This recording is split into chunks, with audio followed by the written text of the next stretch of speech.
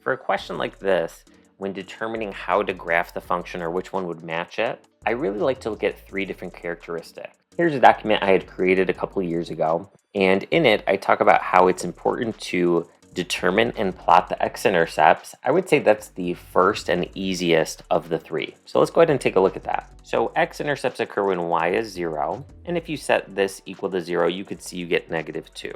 So -2 should be the x-intercept.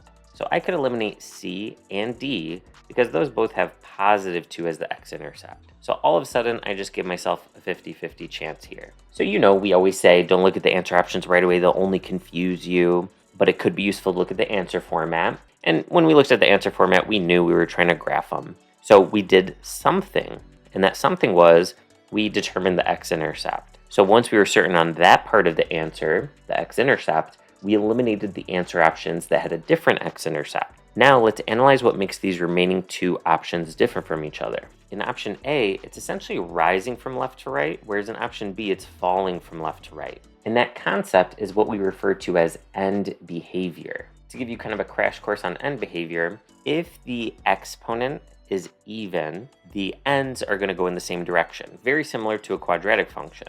If it's a positive coefficient, they're both going to go up. If it's a negative coefficient, they're both going to go down. If, however, the exponents are odd, or more specifically, the leading exponent, so the biggest exponent in the function, then we know that the tails are going to go in opposite directions. More specifically, if it's positive, very similar to if you have a positive, think about a linear function, which is also odd. If it's a positive, it rises from left to right. If it's a negative, it falls from left to right. So, since this is a negative, it should fall from left to right, which is consistent with B.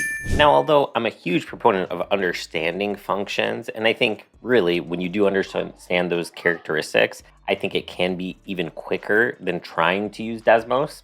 I'll of course also point out the fact that you could just go into Desmos, type in, you don't have to put the y equals, but you could just type in the right side here, keeping in mind that you could do Shift-6 to do the exponent. And then we can just observe that, okay, this falls from left to right, looks like it intersects the x-axis at -2, and then you could just go through and find which one appears to do that, which clearly is B.